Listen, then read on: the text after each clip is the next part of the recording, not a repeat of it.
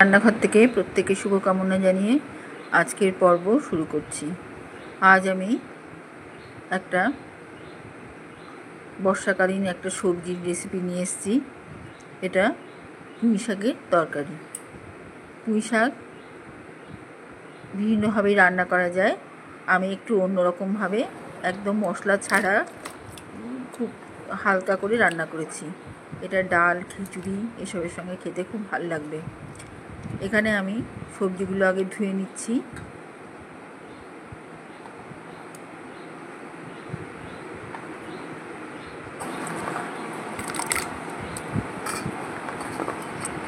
পরপর যা যা সবজি দিয়েছি পরপর ধুয়ে নিচ্ছি।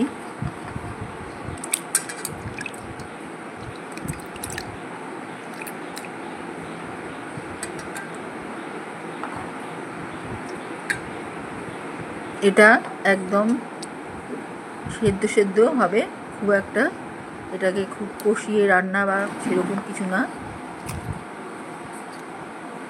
খুব সাধারণভাবে এটা খুব তাড়াতাড়ি রান্না হয়ে যাবে। তো সেভাবেই রান্নাটা করেছি যাতে খুব তাড়াতাড়ি রান্নাটা হয়ে যায়, খেতে ভালো হয় আর পুষ্টিকর। সব কথা মাথায় রেখে এইভাবে রান্নাটা করেছি, আর মশলা কম দিয়ে। আমি সবজিগুলো সব পরপর একবারে ধুয়ে নিলাম। সবগুলো সবজি আমার ধোয়া হয়ে গেল।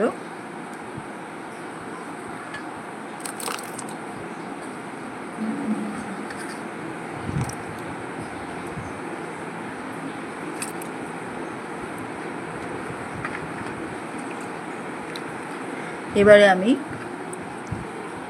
একটা জায়গায় সবজিগুলো সব ধুয়ে তুলে রাখছি।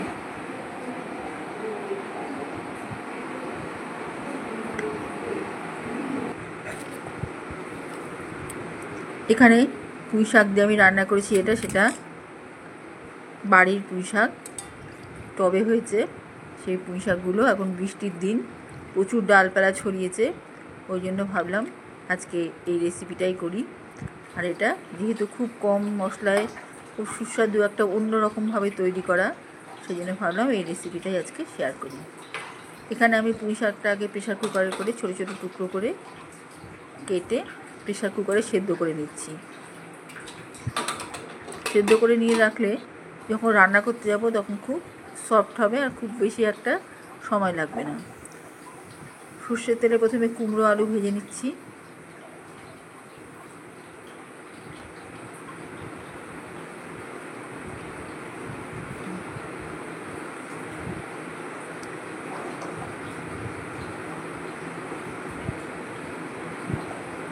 কুমড়ো আলুগুলো এরকম আলুর খোসা শুদ্ধ কেটেছি, আর কুমড়োর খোসা ফেলে দিয়ে এরকম ছোটো ছোটো টুকরো করে কেটে নিয়েছি। এবার আমি আগে প্রথমে সর্ষের তেলে এগুলো ভেজে নিচ্ছি।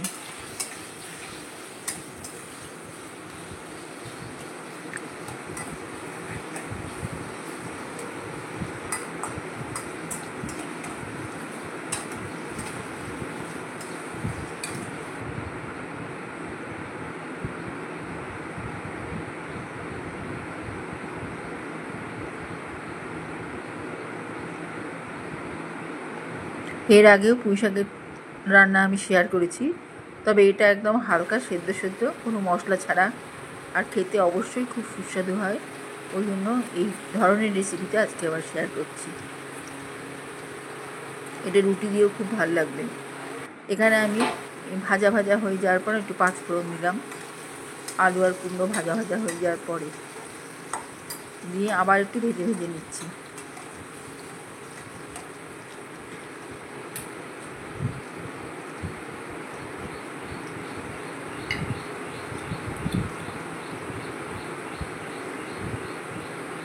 এখন লবণ, হলুদ,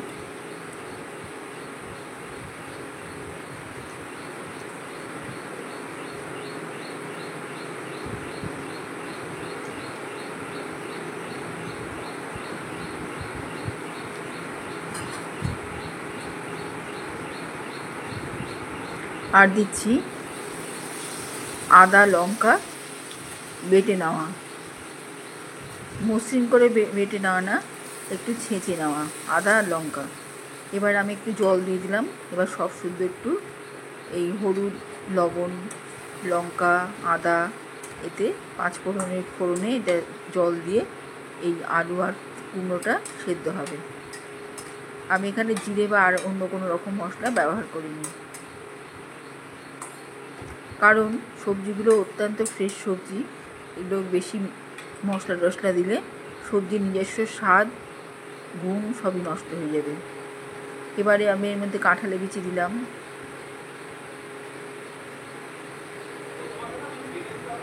পটল, বরবটি দিয়ে দিলাম, ঝিঙে আর বেগুনটা রেখে দিলাম, পরে দেব।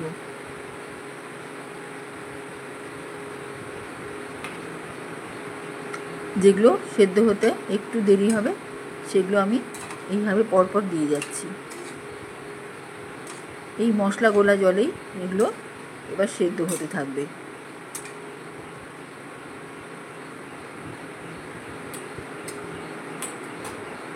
রান্নার প্রতিটি সবজির কালার খুব সুন্দরভাবে বজায় আছে, খুব একটা ভাজিনি বলে। অত্যন্ত পুষ্টিকর এই রান্নাটা আর সুস্বাদু। এবার আমি চিনি দিয়ে দিচ্ছি।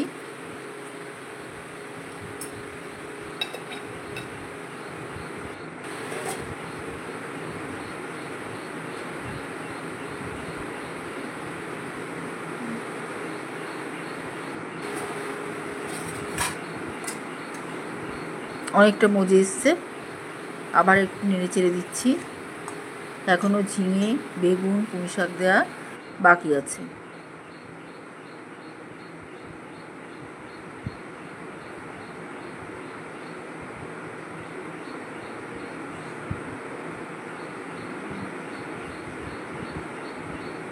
এবারে ঝিঙে দিলাম আর বেগুন দিয়ে দিলাম।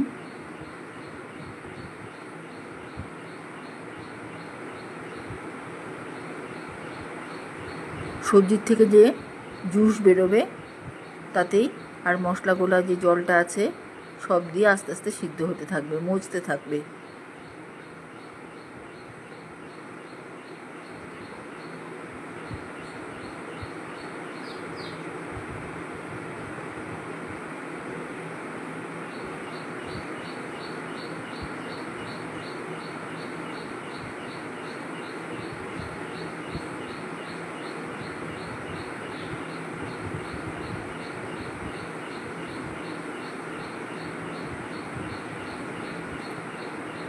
এখানে একটু সামান্য জল দিয়ে আমি ঢেকে দেব।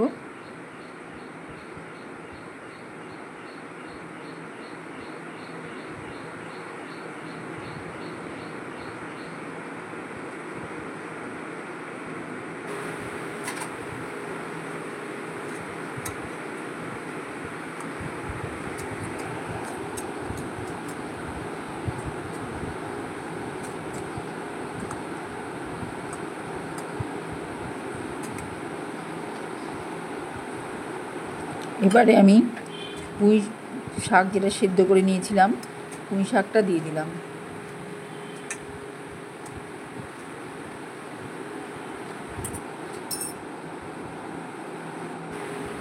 খুব একটা ঘাঁটবো না, এখান থেকে যথেষ্ট জল বেরিয়েছে, সব একসাথে সেদ্ধ হচ্ছে।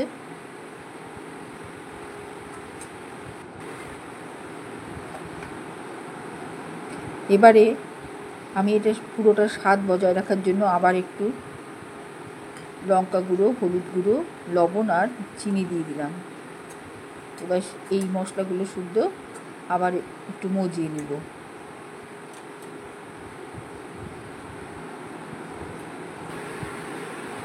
এখানে আমি বেশ কিছুটা ভাজা বাদাম নিয়েছি, এটা গুঁড়ো করে দিয়ে দিলাম।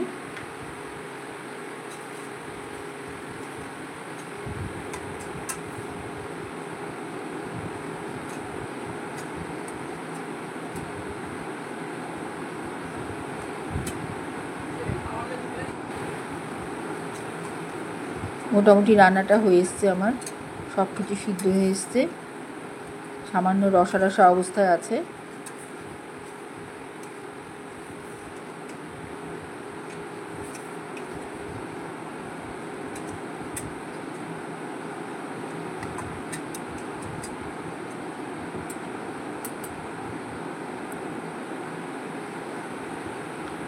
এবারে একটা বেশ ঘ্যাঁটির মতো হয়ে এসছে,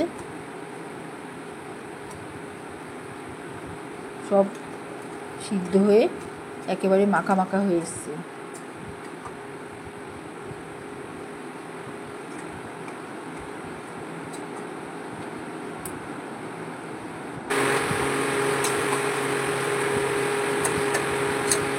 এই সময় আমি এর মধ্যে বেশ কিছুটা ঘি দিয়ে দেবো।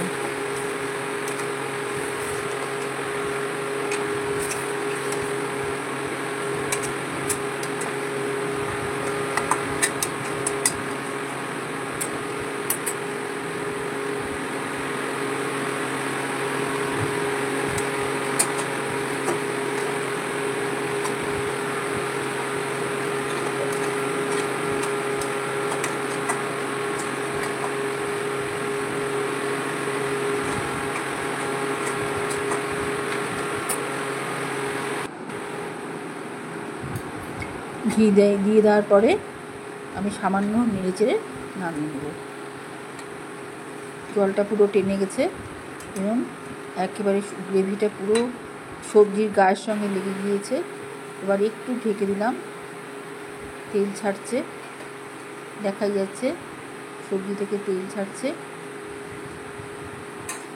আমি যে বাদাম গুঁড়োটা দিয়েছি সেটাও একটা তেল হয়ে, সেটাও তেলের সঙ্গে মিশে, সবজির সঙ্গে মিশে তেল ছাড়ছে। এবার আমি একটু হালকা হাতে নেড়ে চেড়ে নামিয়ে নেব।